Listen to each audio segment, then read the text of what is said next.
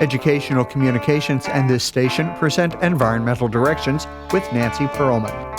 On this series, we explore the effects of human influence on the Earth's ecosystems and discuss solutions to environmental problems which affect the quality of life on this planet. Environmental Directions gives you the kind of information you need to help you participate in decisions impacting your community, the nation, and the world.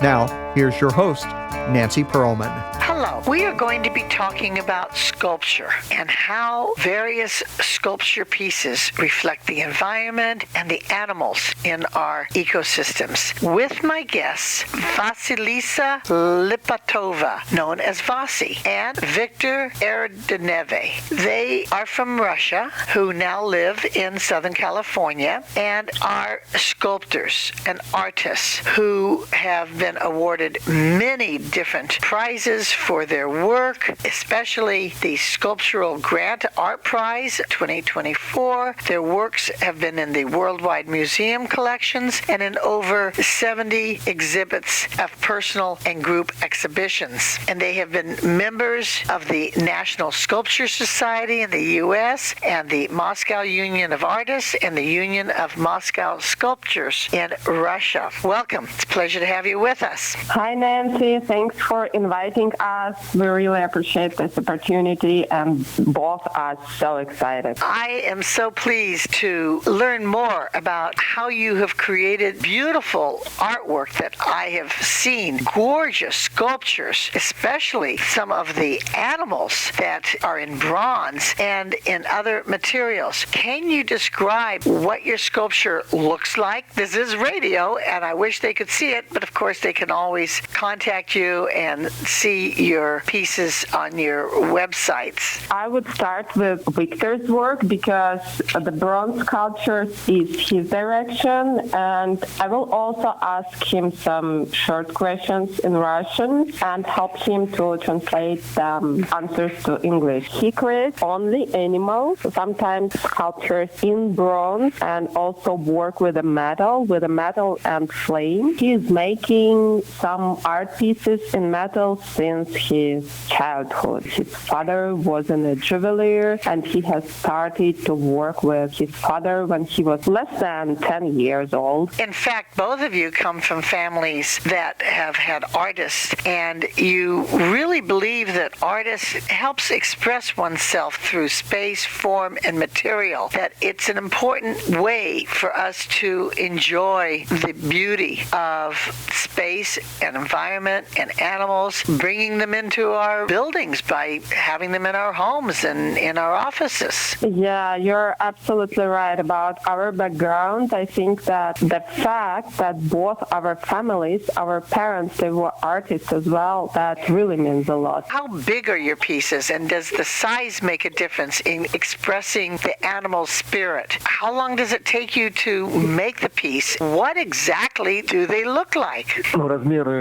Regarding to time, how long it takes to create art piece, it depends. Because one thing is to start artwork, but absolutely other thing is to finish that. So he says that sometimes I create them extremely fast, like a couple of days, maybe one day. Like, for example, the wolf, the cold, which was on Beverly Hills Art Show, he creates that piece just during one day. He cuts the thick metal with a, I don't know how that called. It is like special gas fire. He was knowing what he is doing. He had this vision of that wolf. This is flat sculpture from the thick metal, standing straight, looking forward, and the wolf, he is like not aggressive, but he's a hunter. He's an animal who is ready to go to fight for his life, to achieve all his goals, like to survive, to kill somebody for his surviving. He showed that idea of the animal through the fire, which cuts and going inside and then out of the metal surface. That work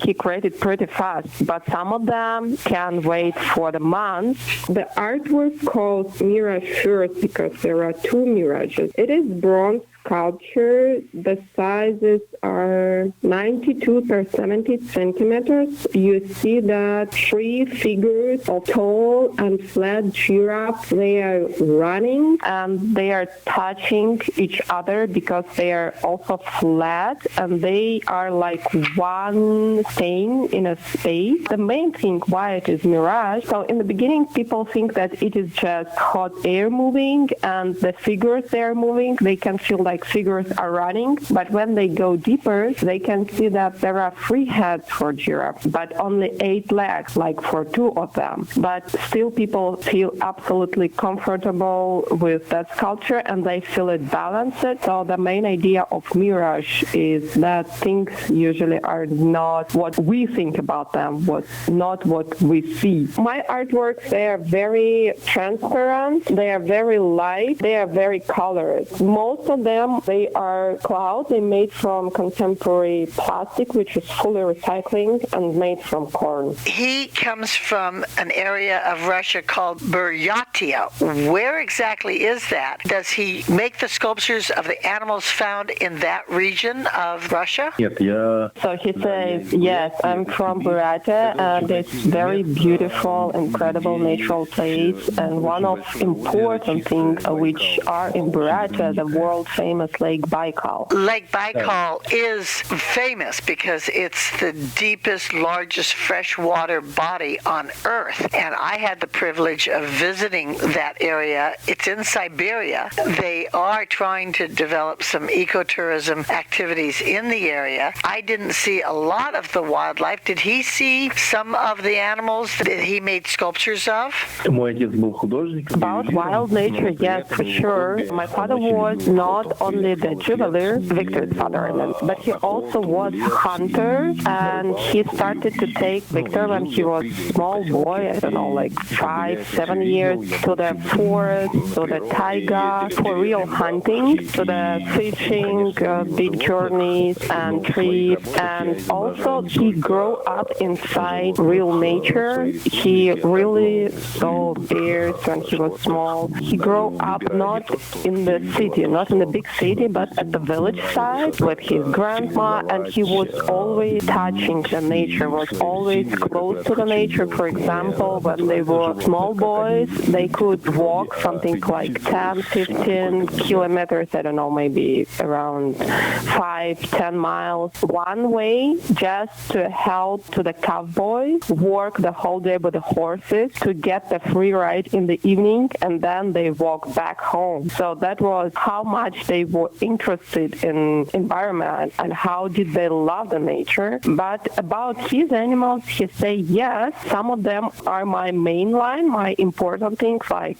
bears and wolves, but he also creates just animals with nature of whom is interesting to work, because he can like bring his own vision, bring some style, create some structure, or just change some pieces on the top. And usually he choose animals not only from his life experience, but also from art side. So can I show the nature from which cultural language I can speak about this animal? In looking at his work, I could certainly sense his appreciation of the animal, feel that he got the inner spirit of the animal represented in the sculptures. Vasi, what kind of sculptures do you create, and how does your work reflect the environment and the animals and plants? Well, my sculptures, they're more contemporary, and I would say I work more with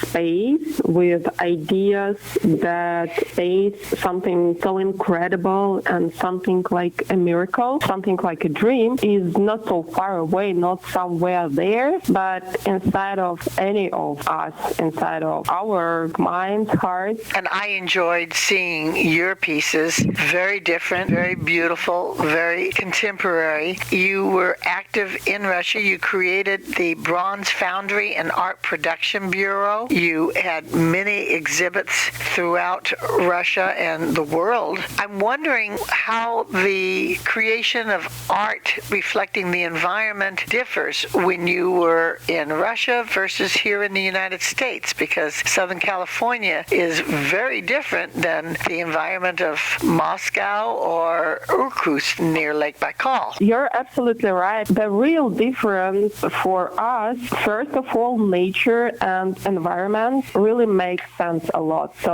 you feel yourself absolutely different in cold country and in the Golden State. I believe that here are a lot of opportunities. But what is regarding art, in Russia, we had like professional education, universities of art, and here we create here everything from zero. I truly hope that people will get to see your art in person, because you get a wonderful feeling of life looking at your sculpture. You're featured in a gallery in Laguna Beach. You're based in Irvine. You're going to be in a gallery in Mission Viejo. How do they contact you to find out more about where to go and look at your gorgeous work? So we have Instagrams and we also have email. First is art, A-R-T, then dot, then my second name. It is Lipatova, spelled like Lipatova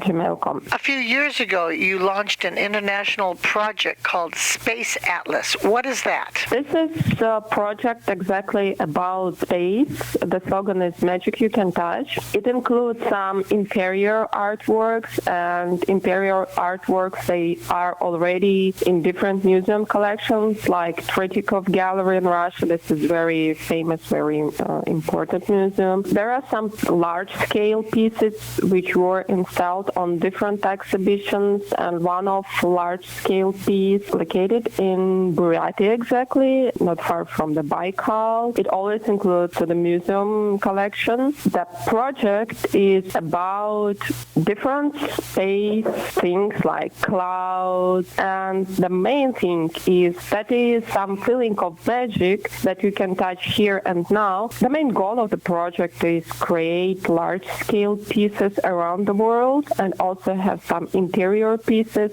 So I'm just following that goal step by step. Both of you are always creating new, informative pieces, beautiful pieces, gorgeous pieces. I want to thank you very much. I think I've learned one word in Russian, spasibo. Oh, thank perfect. you.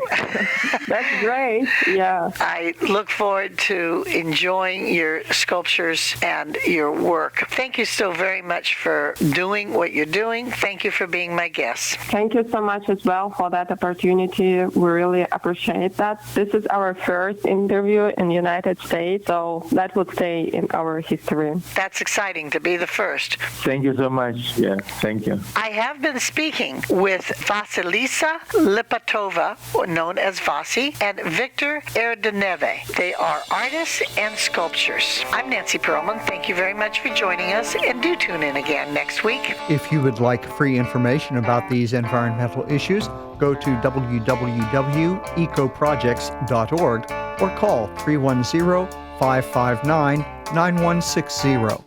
Environmental Directions with your host, Nancy Perlman, is a community affairs program of the nonprofit organization Educational Communications and this station.